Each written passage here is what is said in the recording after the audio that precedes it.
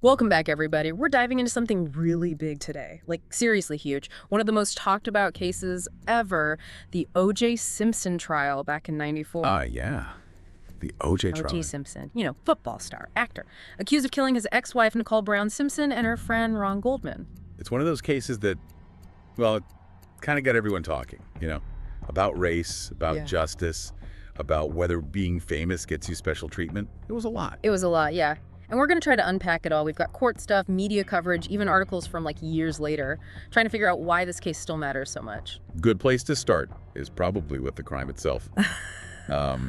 June 12th, 1994. Picture Brentwood, California. It's nighttime. Nicole is found dead near her front steps. Yeah. And not too far away, Ron Goldman. He tried to help her maybe, both stabbed. Multiple times.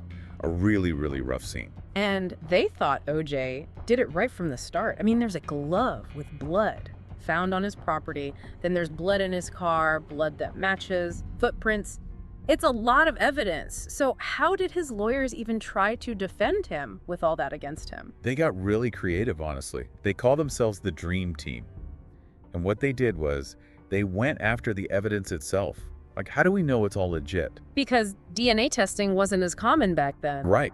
So they said, maybe the evidence was messed with, maybe even planted. And they really went after that one detective. What was his name? Mark Furman, the one accused of being racist. Exactly. They were trying to make the jury think, hey, if this cop is racist, maybe the whole investigation is messed up. And it worked, at least for some people, especially in the black community. A lot of people saw O.J. as a symbol of how the system was rigged against them. And then there's that whole white Bronco chase thing. It's something out of a movie. June 17th. Instead of turning himself in, O.J. takes off. And they're broadcasting it live for hours. Millions of people watching. I mean, everyone was glued to their TVs. Do you think that's what turned it into such a media circus? Even before the trial started? Totally. It added this whole dramatic element to it. People started asking, is he running because he's guilty? Or is he running because he's scared? And then the trial itself starts, January '95. Prosecution, Marcia Clark and Christopher Darden. Defense, the Dream Team. And you're right, it was totally a clash of two different stories. The prosecution, they were all about the facts. The DNA, the history of O.J. maybe being violent with Nicole. They wanted to show he was capable of doing this. And the defense, they were saying something completely different. Oh yeah, they kept finding problems with every little piece of evidence, every witness.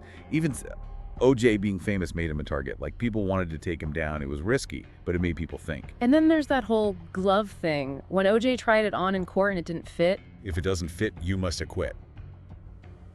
That was Johnny Cochran, one of O.J.'s lawyers. That line became super famous. Yeah, it was this big dramatic moment. All these months of talking about DNA, and suddenly it was all about this one glove, whether it fit or not.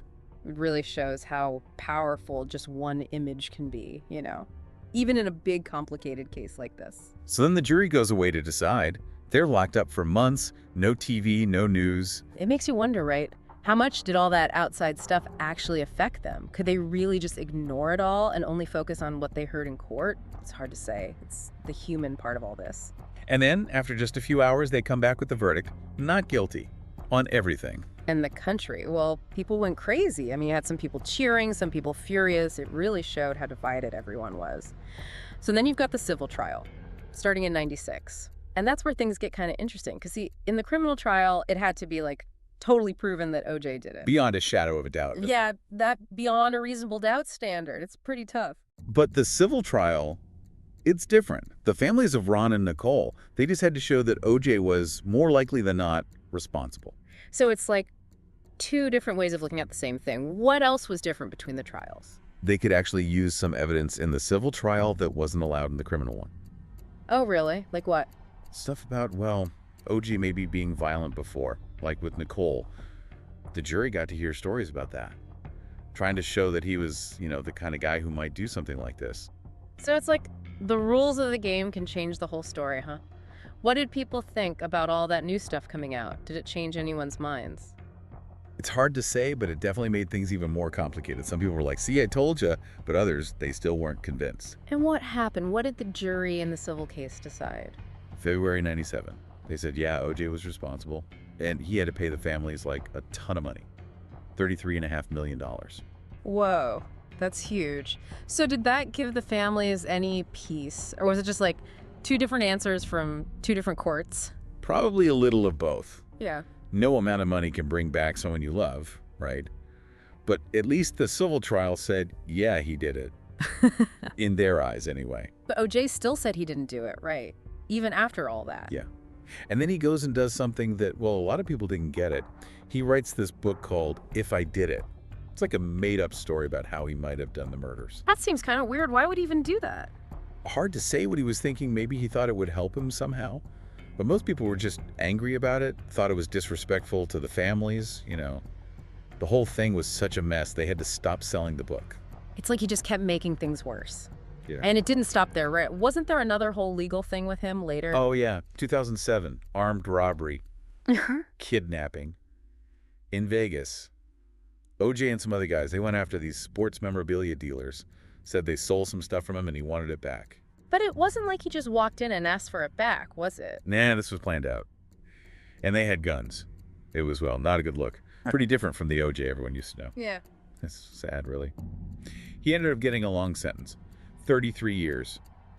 Spent 9 years in prison before he got out on parole in 2017. Wow, what a fall from grace. From being a huge star to, well, all this. But even beyond OJ himself, the whole thing really affected people. You know, it wasn't just about him. It was about race, about the legal system, media. Yeah. The OJ trial, it really changed how we think about those things, didn't it? Totally. It made people talk about stuff that maybe they didn't want to talk about before. Yeah. Like, is the justice system fair to everyone? How much does the media influence what we believe? Tough questions, but important ones. And it's still going on today. We've got documentaries about it, TV shows. People are still talking about it, writing books. Why do you think that is? Because it was more than just a trial, you know. It was about real people, real emotions. And it touched on these big universal themes like, what is justice? Can we ever really know the truth about anything? Heavy stuff. It's true. We're still trying to figure out some of those answers. The O.J. Simpson trial, it started all those conversations. But what about the lessons? What did we learn from all this? That's what we'll talk about next. So we talked about the crime, the trials, the media frenzy, OJ's life afterward. What a ride, huh? But what I keep coming back to is, what did we learn from all this? What's the lasting impact? That's the big question, right? I mean, this wasn't just another trial. It was like a moment in history. Something shifted. It was a cultural earthquake, you could say. Changed the way we see things. Race, the media, justice, all of it. When you say cultural earthquake, what exactly do you mean? Like, what parts of this whole thing really made a difference? Well, think about it. This trial, it really brought this issue of racial bias front and center. The way the defense used that, talking about the cops, the tension between black and white. A lot of black people, they saw themselves in OJ. You know, they felt like the system was against them too. And it was just a few years after Rodney King and those riots in LA, right? It was Right. all those feelings were still raw. Exactly. The OJ trial, it brought all that back up to the surface. And I think it forced America to, well, to really look at itself. And those conversations about race, they're still happening today. We're still trying to figure things out. And the media, wow, this was like the first time we saw a trial play out live on TV like that. Everyone was watching. Every single detail. Millions of people. It was like a TV show you couldn't turn away from. And it made you think, how much does all this media attention actually affect things? The trial, the jury, even public opinion. It gets blurry, you know? Where does the truth end and the story begin? Yeah, it felt like everyone had a different take on it. You could see what you wanted to see. If you thought OJ was guilty, there was stuff to support that. If you thought he was innocent, there was stuff for that too. It's about the story we tell ourselves, right? Not just in the courtroom, but everywhere. And we can't forget about domestic violence. That was a big part of this too. The prosecution, they really talked about how OJ might have treated Nicole. And it made people think about abuse differently. Like, it doesn't just happen to certain kinds of people, it can happen to anyone. And it made people talk about it more. Absolutely. The OJ trial, in a way, it gave a voice to victims. It said, this is real, this is happening, and we need to talk about it. So it wasn't just about OJ, right? It was about a lot more. Yeah. It feels like we learned some tough lessons from this case. Yeah. About ourselves, about the system. But as we wrap this up, what's the final thought for everyone listening? I think it's this. Justice, it's not always simple. It's complicated. There are always different sides. And sometimes it's more about the journey than the destination. The OJ trial, it made us face some hard truths about race, about the media, about violence. Those are things we're still dealing with today. It's true. The OJ trial, it may be over, but those conversations that start, those are still going on. Yeah. And maybe that's the real legacy, you know? It made us think, it made us question, and that's something we should all keep doing. So that's it for a deep dive into the OJ Simpson trial. Thanks for listening, everyone.